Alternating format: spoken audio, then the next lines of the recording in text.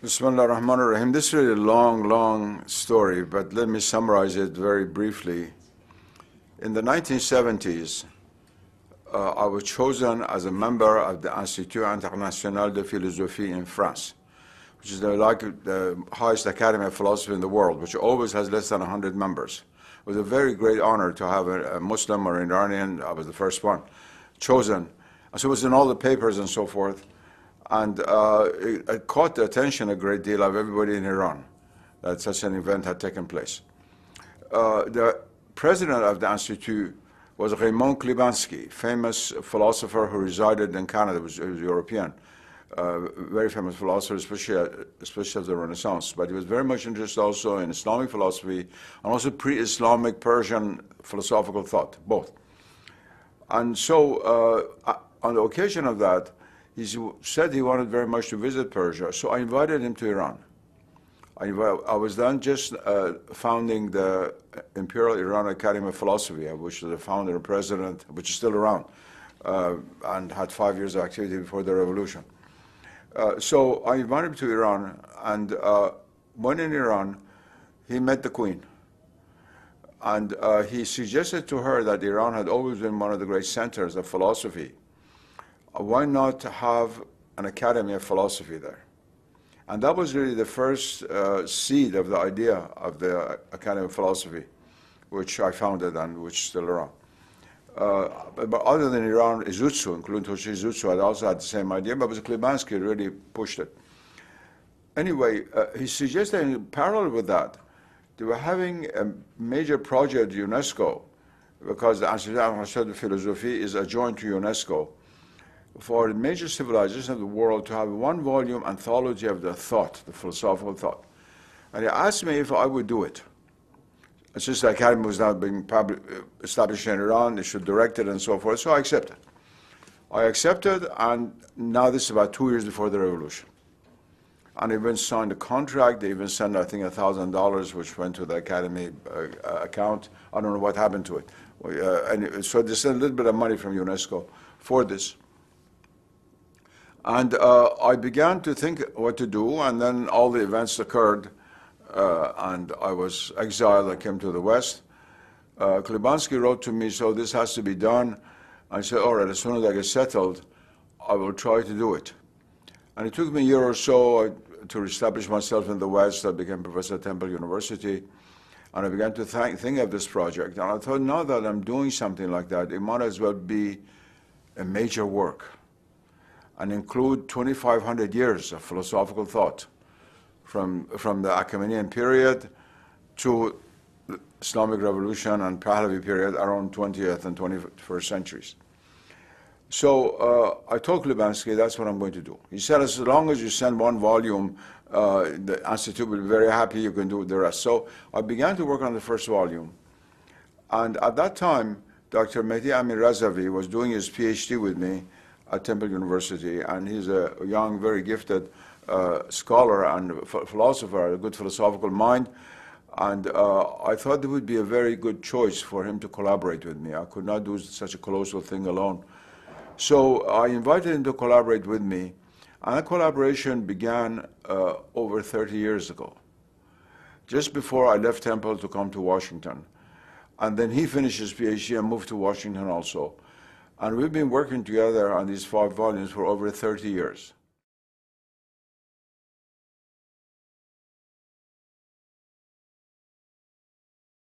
The most important thing was the vision I had of how to divide this whole 2,500-year period, what it would include and what would it exclude.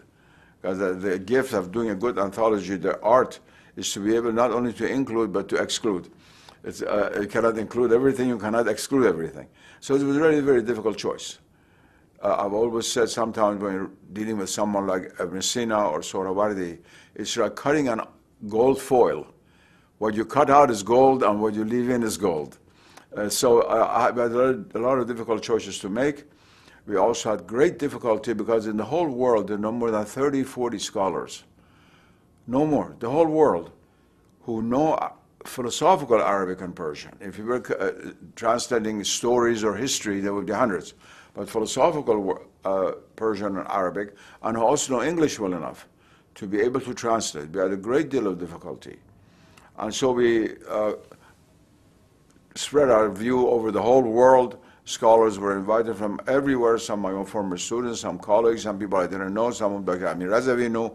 Anyway, we collaborated together, and one volume after another we did it. The second important act was for me to divide these 5 volumes into not only historical divisions.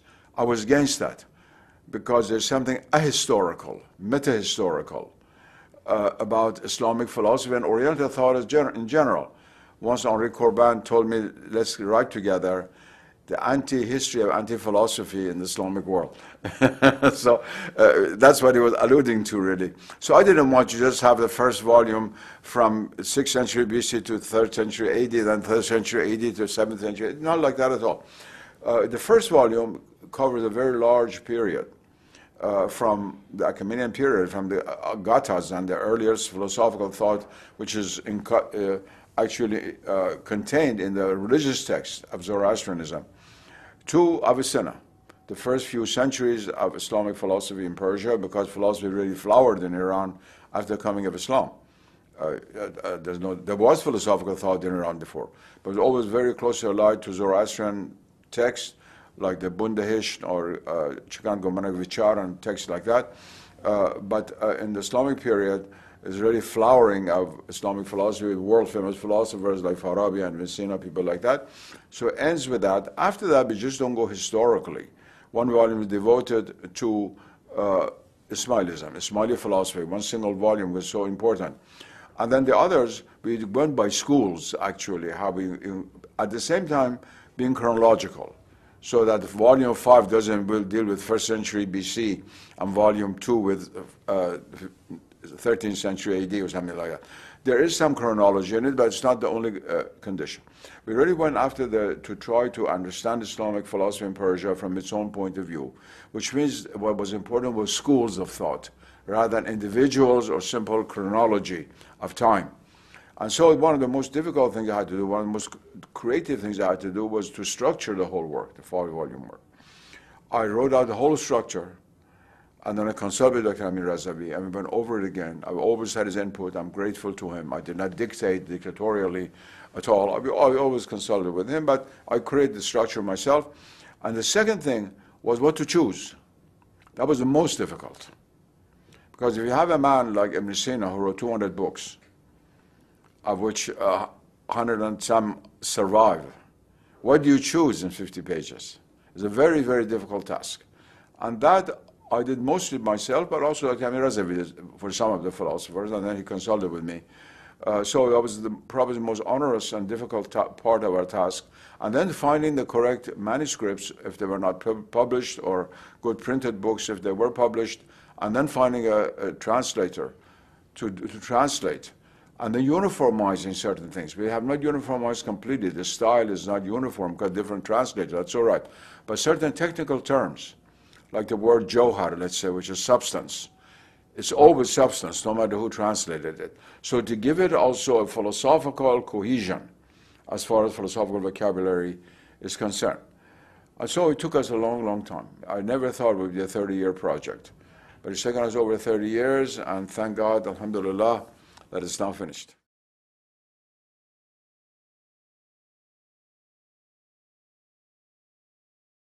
The word is the same in Persian and Arabic and English and French or other European languages, all coming from the word philosophia, from Greek, which was devised by Pythagoras in the 6th century BC as a sign of humility. He said, we are not sophos, we are not people who possess wisdom, we are lovers of wisdom. So there came the term philosophy, philosophia. The term is the same, but the content is very different, very, very different.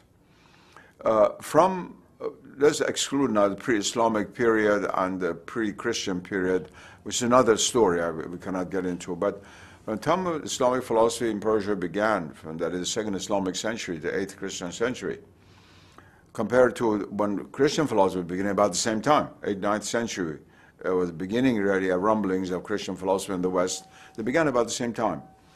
But Islamic philosophy, of course, influenced Christian philosophy a great deal. Christian philosophy didn't influence Islamic philosophy a great deal. But they were similar. That is, if you talk about Anselm, St. Thomas Aquinas, St. Bonaventure, even Duns Scotus, Origen before him, the different schools of philosophy in which philosophy, mysticism, religion are not the same, but they interact and they're intertwined together. And philosophy is not secularized because the intellect is not secularized. That is, the instrument for the knowledge of philosophy was itself considered to be a divine gift, especially in Islamic philosophy. In the West, there was some debate by Anselm and others, but even there, St. Thomas Aquinas speaks about the role of intellectus in the human being. So, in the same way that we know the sun by looking at it through our eyes, both Christianity and Islam consider philosophy to be the fruit of seeing with the eye of the aql or intellect, which is not to be confused with reason. After the 15th century, the West and the Islamic world part ways completely. The first thing that happens is that medieval philosophy is very quickly lost in the 15th century. Not completely. In Bologna, Padua, some places is still taught, but by and large in Western Europe. And Greek philosophy, but outside of Christianity, is revived. There is secular pagan Greek philosophy is more and more revived, not by Ficino, who was translating from Greek into Latin in Florence, but by a lot of people who were trying to secularize thinking in the West. And the result was that we get to Descartes, and a completely secularized philosophy, whether Descartes was a devout Catholic, secularized philosophy in the sense that the cogito ergo sum of Descartes, I think, therefore I know, the I that thinks is an I that is separated from the divine and the sacred already. That is the key. Well, this never happened in the Islamic world. You did not have the secularization of philosophy completely. It didn't mean you didn't have philosophy. If by philosophy you mean Derrida, we don't have, that's not the same thing as Islamic philosophy. It's a multivalent term, it should not be used for different civilizations. If by philosophy you mean the more traditional understanding of philosophy, which you also had in the West in the pre-Renaissance period and even into the Renaissance, then there were a lot of similarities. And so you ask me, what is philosophy? Philosophy is the gaining of knowledge of first principles, Islamic philosophy would say, through the use of your intellect. The Islamic philosophers have given a lot of definitions to your question, one of which is that Sayruratul Insan Alaman Aqliyan Mudahiyan lil Alam al Aini. I quoted in Arabic. That is, man becoming an intellectual universe, reflecting the objective universe. That is, the realization of all the possibilities, all the realities that are out there inwardly within yourself. There's a very beautiful and profound definition of philosophy. The Christians also had it in Latin. Some have taken from Islamic sources. So the answer to your question is that if you take philosophy in the modern Western sense, it's a mental activity. It's based on the reason, not the intellect. Whereas traditional philosophy, whether it's Islamic, Indian, Chinese, Christian, even Pythagorean in the ancient Greek world, it's related to two sources which are alien to modern Western philosophy: the intellect and revelation. That is something which is revealed from the world above. And now those are alien completely to modern philosophy. If you accept those, you say this is not philosophy anymore. I've had a battle all my life with people like Eyre, these logical positivists in England, Bertrand Russell, people like that. Bertrand Russell, much older than me. I had a debate with Eyre once in England. He said, what you're doing is theology, not philosophy. I said, depends how you define philosophy. If what you're doing is the only thing that's philosophy, yes, I'm not doing philosophy. So we really have to define our terms.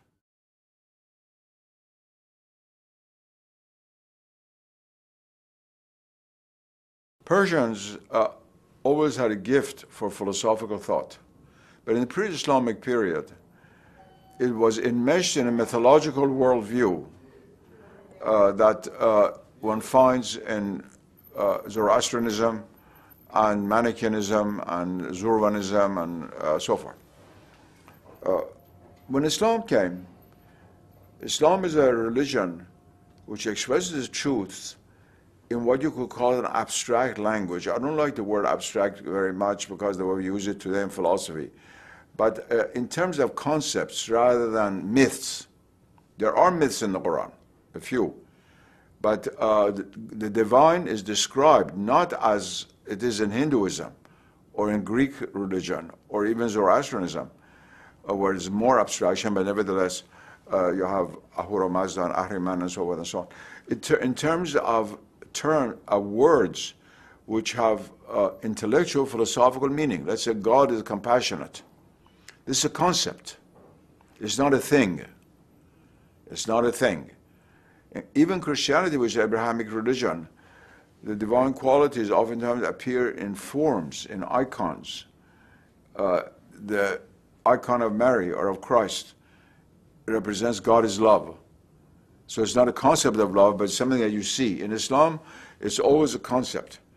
And so what it did, it freed a tremendous amount of mental energy once the Persians became Muslims. And suddenly there was a flowering of philosophy in Persia, which is really astounding. Except for Abu Yaqub al-Kindi, who was an Arab, without doubt from the tribe of Kinda. All of the early great Islamic philosophers, which were associated with the school of Baghdad, had some link to Persia. Turks say Farabi was a Turk, but actually his grandmother was a Turk grandfather. The rest of it was, he was brought up in the Persian ambience of Central Asia. At that time, Central Asia was as Persian as Isfahan is. It was before the Turkic invasion, really, of Central Asia. And then we have Shahristani, Abu Hassan al-Amiri, Ibn Sina, all of his students, and later on, so many other people. And it's not accidental that after Ghazali, Islamic philosophy died in the Arab world, except in Spain for a while, and that died with Averroes. But Averroes was a contemporary of Sohrawardi, 12th century philosopher. And Sohrawardi suddenly flowers in the whole of the Eastern Islamic world, the center in Persia, the school of illumination, and they have 800 years of philosophical tradition, 700 years, from Sohrawardi to the present day, which the Arab West did not know anything about, except Iraq a little bit and a little bit of Syria at the beginning of things. But if you're in Egypt, you've never studied Mullah Sadr or Sohrawardi. Now they do it in the University of Cairo, but it's a modern phenomenon. The tradition was not continued. Whereas tradition was continued in the eastern lands of Islam with its heart in Iran. And two branches, one going to Muslim India, one going to Ottoman Turkey. In my introduction to these volumes, I've mentioned that we did not include those two branches. But what is needed for others to do is to also do something like that for Islamic philosophy in Ottoman Turkey and Islamic philosophy in India. Going back to Sohrawardi, the first famous philosopher, Islamic philosopher, was known in India was Sohrawardi, not Ibn Sina. Ibn Sina was known later. And that's unknown, as a terra incognita still in global philosophy. But they're very important and they're closely related to the main trunk of the tree. The main trunk of the tree was in Persia itself. It's first Khorasan, and then Maragha and Azerbaijan, and then Shiraz, and then Isfahan, and finally Tehran. These become not the only place, but the foci, the centers. And so I coined some years back, and I really began with Korban 50 years ago, when we coined the term the School of Isfahan, to refer to a particular epoch as a school associated with a particular city. And so this 5-volume anthology, this was the School of Shiraz for the first time in the English language. I coined this term many years ago. Now in Iran it's very popular. Then first the School of Isfahan, the School of Shiraz, and the School of Tehran. And before that, the School of Maragha and Azerbaijan, where Sohrawardi hailed from, and where Nasiruddin Tusi taught for a while.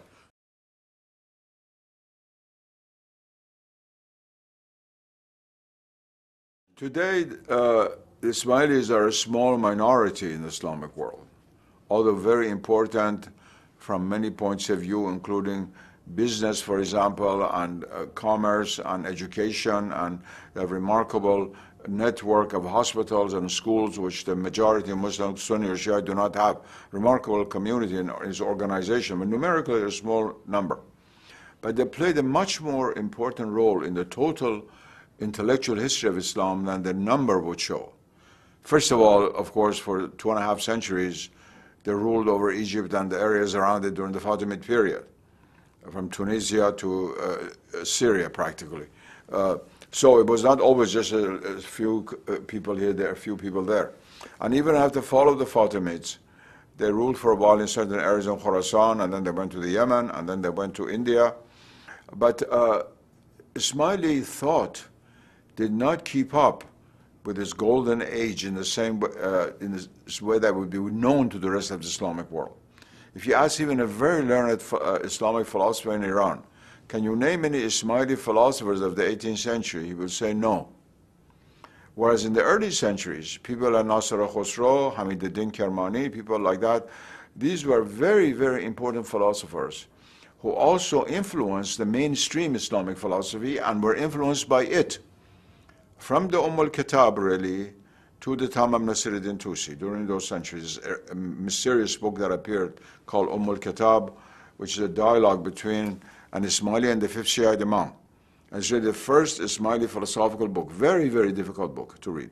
And it had the title of the Quran, al-Kitab, the mother book, the archetypal book. During those centuries, Ismaili philosophy was not just the philosophy of a small group of people somewhere like there would be Ismailis today in Bombay or Calcutta or Karachi. It was part of the mainstream Islamic intellectual discourse.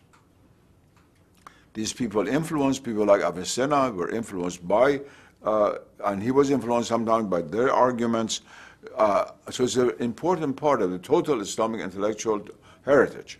Even Ghazali wrote a book, Fada'ih al-Batiniya, against them, which is really below the dignity of Ghazali. It's what the French call pièce d'occasion.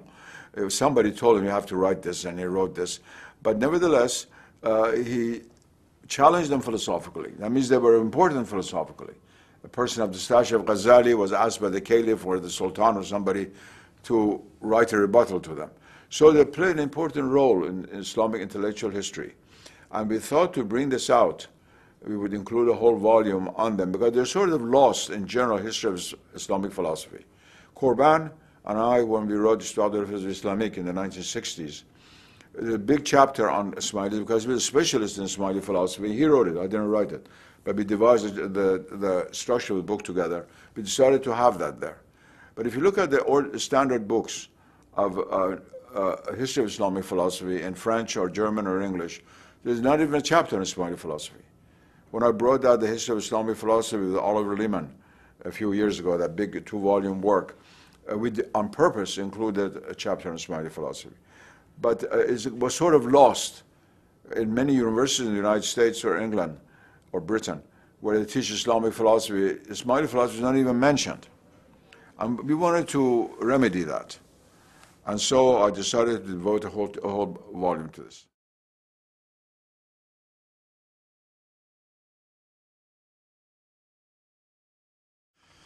This 5-volume anthology, first of all, I shouldn't have said myself because I'm the chief editor of it, is like the Persepolis of Persian architecture.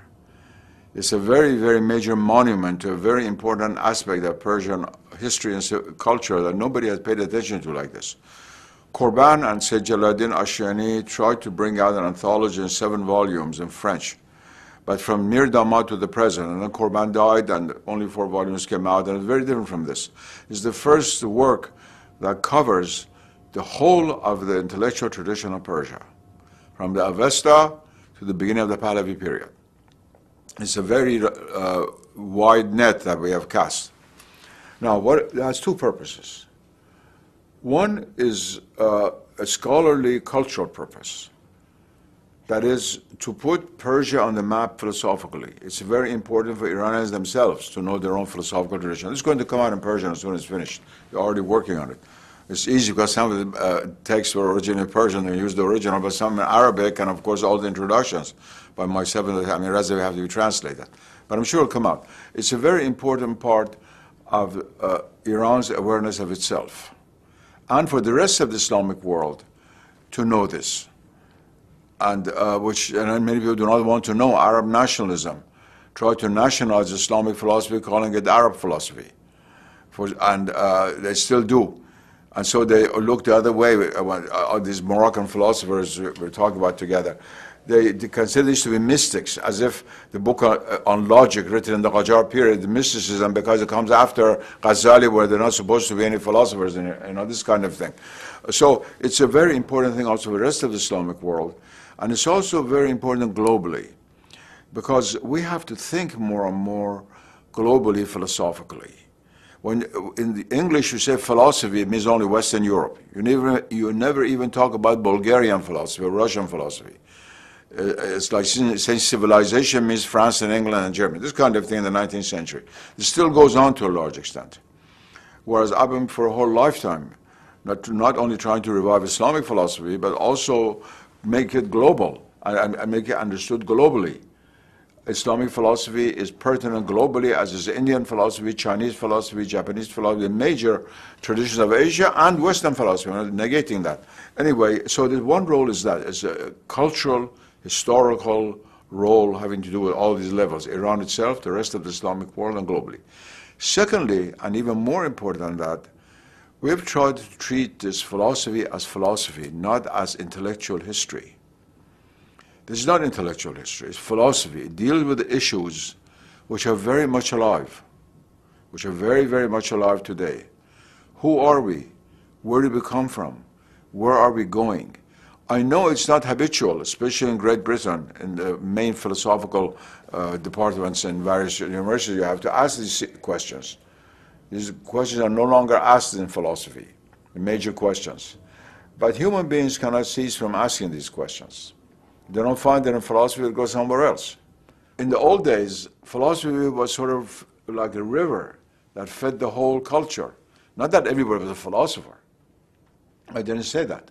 But through poetry, through simple writing, in the France of the 14th century, there were more people who knew the ideas of St. Thomas Aquinas than there are people in London today who know the ideas of Karl Popper. I mean, that's a fact. You cannot avoid that. So we hope that this book will be, this 5-volume work will also be treated as philosophy. In the same way that if you were to do this on Persian art, it should be taken as art, not only history of art. If you had a miniature of Behzad in the 16th century on such a page, it's not enough to say, oh, how interesting, the 16th century. It's interesting as a work of art. That's why you buy it and put it on the wall for millions of dollars. You're not buying history. You're buying art. And our work with Dr. Amir Razavi on Persian philosophy should be seen as such. We're both philosophers. He and I are both philosophers. We're not historians. And I've spent a lifetime writing not only on Islamic philosophy, but on philosophy itself. I'm a philosopher. I'm known as such. So we try to make our work also be pertinent philosophically. Not that they brought out all the arguments. Even Dr. Amir Razavi may have some arguments against the very people he was editing. That's different. That's different. But the volumes provide raw material for philosophical thought. They make available for the first time a vast tradition of philosophy which has dealt with many, many important ideas, much of which is very much alive for humanity today, although sometimes used in different language. We try to bring it out in English, and as felicitous English as possible, and we hope that this will be a leeway for people into that world.